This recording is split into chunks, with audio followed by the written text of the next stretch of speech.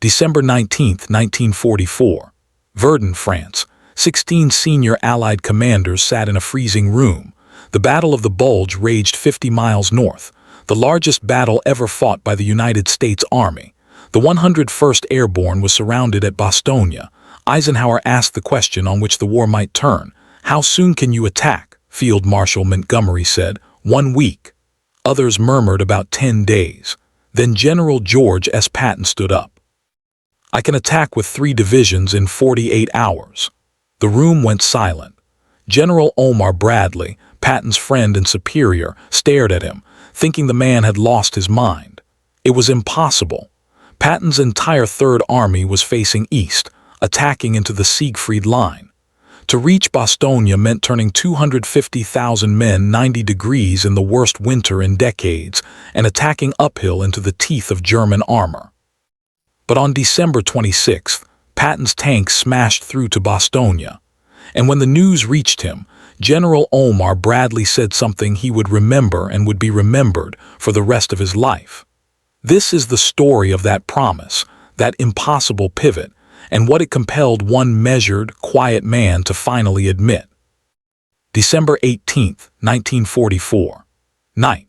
Lieutenant General Omar Nelson Bradley sat in his 12th Army Group headquarters in Luxembourg City, studying reconnaissance reports with a sinking, cold dread that had nothing to do with the frost on the windows.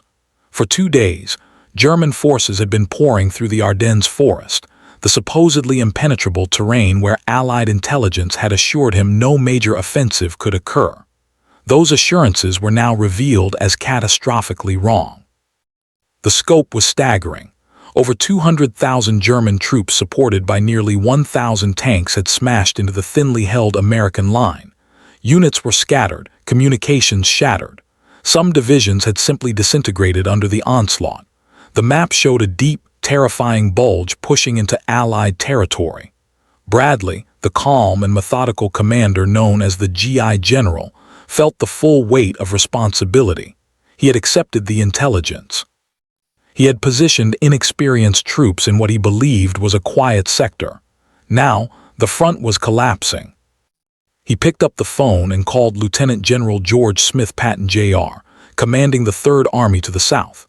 The conversation would become legendary, later dramatized in films, but never fully capturing the sheer tension of that moment. "Brad, I've got a bridgehead across the Saar," Patton began, his voice crackling with enthusiastic static. "I'm on my way into Germany." His Third Army had been hammering at German defenses for weeks, finally achieving a hard-won breakthrough. Patton was preparing to exploit it with the kind of rapid armored thrust that had made him famous across France the previous August. "Wait a minute, George," Bradley interrupted, his voice grave. "There's a lot of trouble up north." He explained the situation, the massive offensive, the overrun divisions, the collapsing front. He needed Patton to send his 10th Armored Division north immediately to help stabilize the crisis. Patton objected vehemently. Without the 10th Armored, he couldn't exploit his breakthrough. Everything Third Army had fought for over the past month would be wasted. But Bradley was insistent. The situation was critical. Eisenhower had ordered all senior commanders to Verdun the next morning for an emergency conference. After hanging up, Patton did something that would prove decisive. Despite his frustration, a tactical instinct, honed over a lifetime of soldiering, began to stir. He recognized the German offensive might be more than a spoiling attack. His brilliant intelligence officer, Colonel Oskar Koch, had been warning for weeks about German buildups opposite the Ardennes. Patton had dismissed concerns for his own sector, but Koch's methodology was sound. Patton called in his chief of staff. "The Germans have launched a major offensive through the Ardennes," he told them. "Ike wants us at Verdun tomorrow morning. I suspect we're going to be ordered to turn north and attack into the German flank." His staff officers exchanged glances. Turn north. The entire Third Army, over 250,000 men, was oriented east and south. Turning 90 degrees while in contact with the enemy and in winter conditions would be a logistical nightmare. "Start planning," Patton ordered, his voice leaving no room for debate. "I want 3 plans. First, an attack north with 3 divisions. Second, an attack with 4 divisions. Third, an attack with 6 divisions. Have them ready by morning. His staff thought he was being wildly optimistic. Surely Eisenhower wouldn't order such a massive reorientation so quickly. But Patton understood something his peers often missed. In mobile warfare, tempo was everything. The German offensive was a crisis, but also an opportunity, a chance to strike a massive blow into the exposed flank of the enemy while they were overextended. Throughout that night, 3rd Army staff officers worked frantically by lamplight, studying maps, plotting road networks, calculating fuel requirements, and drafting movement orders for a maneuver that seemed almost impossible. Bradley, meanwhile, endured a long night of his own. As 12th Army Group commander, the ultimate responsibility for the Ardennes sector fell on him. He had trusted the intelligence. He had made the dispositions. Those decisions now looked foolish, even catastrophic. The confidence of Supreme Headquarters was shaken, and Bradley felt it. He was a man who prided himself on careful, steady management, and the war had suddenly become a chaotic, violent storm. His mind turned to Patton. George was brilliant but impulsive. He was a magnificent fighter but a constant political liability. Could he be relied upon now in this absolute emergency? Or was his bravado just that empty sound? December 19, 1944. 11:00 a.m. The conference room in Verdun's Kaserne Maginen was freezing, the stone walls offering no warmth.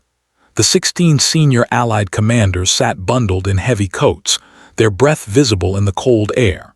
The atmosphere was one of shock and grim anxiety. Supreme Commander General Dwight D. Eisenhower called the meeting to order with characteristic, forced optimism. The present situation is to be regarded as one of opportunity for us and not of disaster. To many in the room, the statement seemed absurd.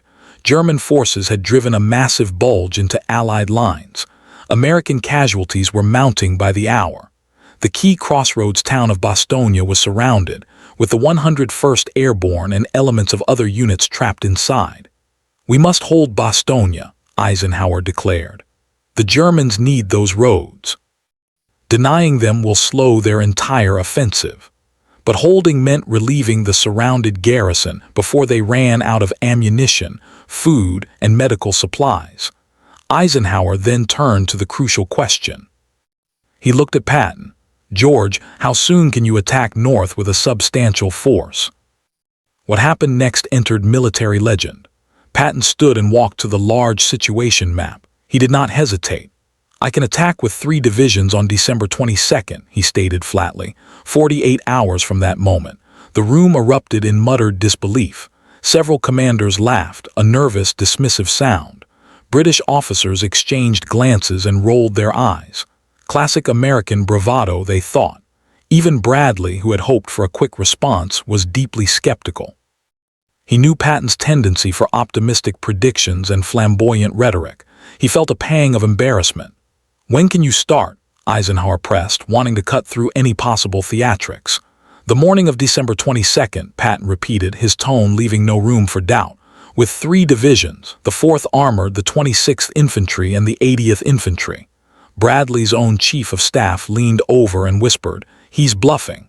There's no way." Bradley said nothing, but he feared it was true.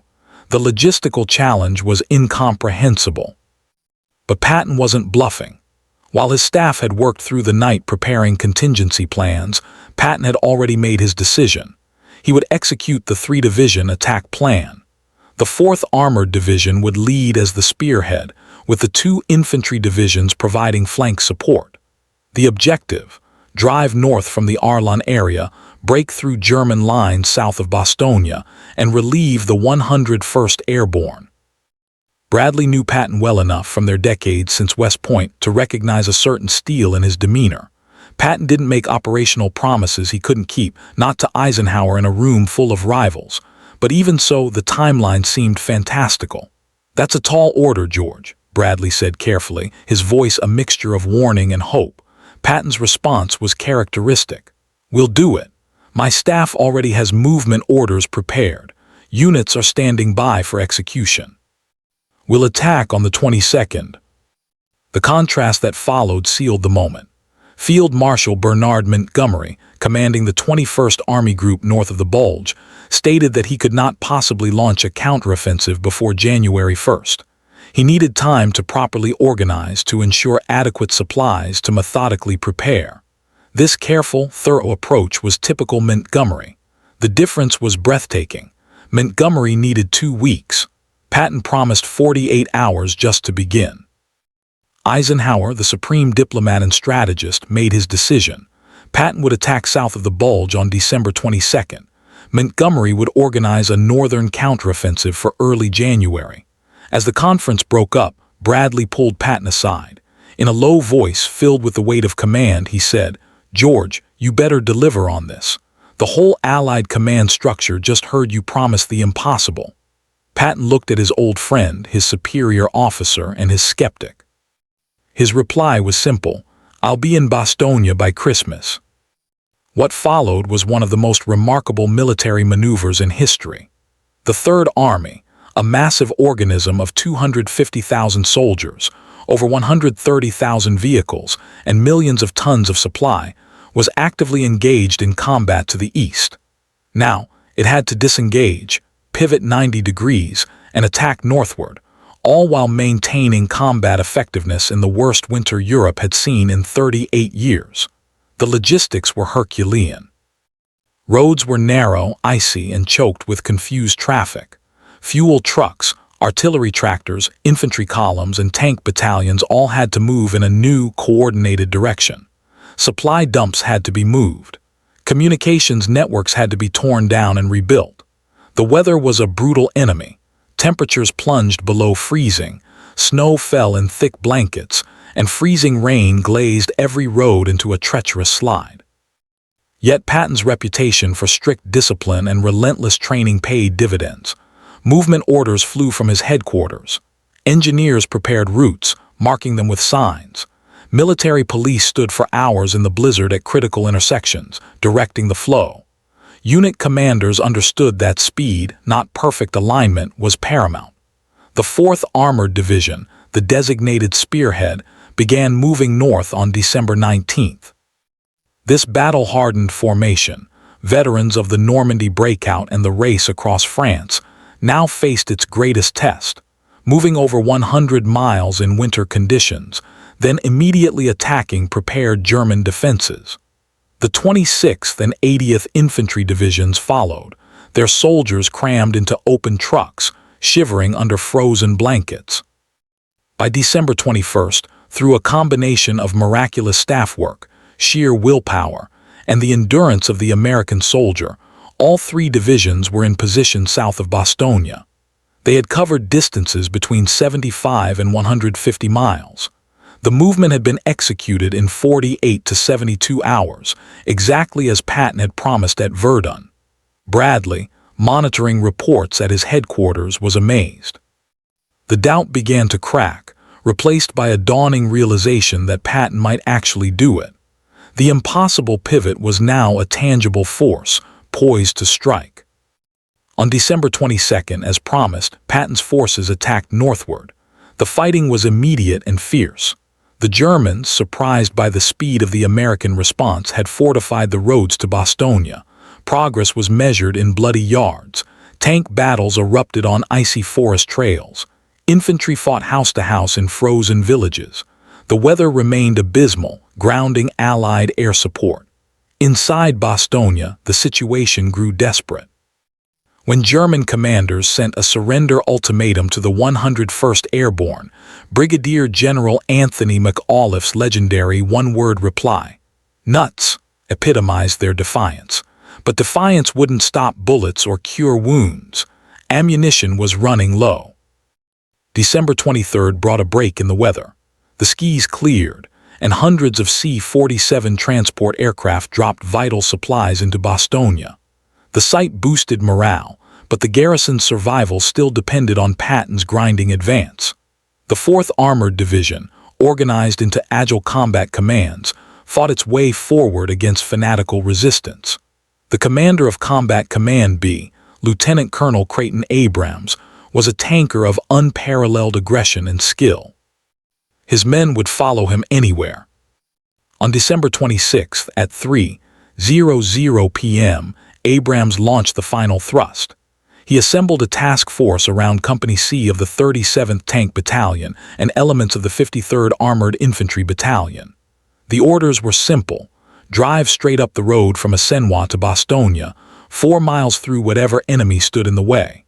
The column charged forward, Sherman's firing on the move, infantry clearing stubborn strongpoints. At 4:50 p.m., the lead tank, Cobra King, commanded by Lieutenant Charles Bulge, approached the American perimeter at Bastogne. Bulge stood in his turret hatch, waving an orange recognition panel. Exhausted, frostbitten paratroopers of the 326th Airborne Engineer Battalion peered from their foxholes. They saw the familiar silhouette of a Sherman tank. They saw the star. A wave of sheer, disbelieving relief washed over them. The siege was broken. At his headquarters, Bradley received the coded message confirming the link-up. The relief of Bastogne was accomplished. In 7 days from the Verdun Conference, Patton had turned an army, fought through brutal conditions and determined enemy resistance, and achieved the objective many had deemed impossible. The complex emotions that washed over Bradley, professional relief, pride in the American soldier, astonishment at the operational feat, were distilled into a single, powerful impulse. He picked up the phone and called Patton. The conversation was brief. There was no need for grand speeches. "George," Bradley said, his voice thick with an emotion he rarely displayed, "congratulations, you did it." Patton, ever the warrior, characteristically deflected praise from himself and onto the besieged men. "The 101st didn't need rescuing. They were doing fine. We just opened the door so they could continue the fight." But both men knew the truth. The door had been made of solid German steel, and Patton had shattered it. In the days and weeks that followed, as the Battle of the Bulge was slowly won, Bradley's private and public assessments of Patton's achievement coalesced into a profound and lasting judgment. He had witnessed the entire war, from the beaches of Normandy to the German border. He had seen brilliance and caution, success and failure. But what Patton had done at Bastogne stood apart. On January 14, 1945, Eisenhower visited Bastogne to award decorations. Patton and Bradley stood together in the shattered town. After the ceremony, amidst the rubble and the celebrating soldiers, Bradley pulled Patton aside. The photographers were elsewhere. It was just two old soldiers, the calm general and the fiery warrior. What Bradley said in that private moment, Patton later recorded in his diary. The words were not for headlines, but for history. "Brad told me," Patton wrote, "that the Third Army's response at Bastogne was the most brilliant operation of the war. He said historians would study it for generations." For the understated, meticulously honest Omar Bradley, this was not hyperbole. It was a pure professional verdict. It was the skeptic convinced. It was the commanding general awed. In his memoir, A Soldier's Story, he would later refine the thought, writing, "Patton's finest hour perhaps came in that brilliant response to the German breakthrough in the Bulge. He turned a whole army on a dime, drove it through terrible weather into desperate combat, and delivered precisely what he promised." That was what General Bradley said after Patton saved the 101st Airborne. It was more than praise. It was an acknowledgement that in the darkest hour, when methodical calculation said something could not be done, the relentless drive of one man, the preparation of his staff, and the courage of his soldiers had rewritten the rules of the possible. It was the quiet, enduring testimony from the most respected general in the European theater that George Patton, for all his flaws, had achieved something bordering on military miracle. And that verdict from that man cemented the relief of Bastogne not just as a victory, but as a timeless lesson in leadership, audacity, and the power of a promise kept. That's it for this video. Thanks for watching. If you really enjoyed, please hit that subscribe button and leave a comment to encourage me for making content on the battles and wars of the past. See you in the next video.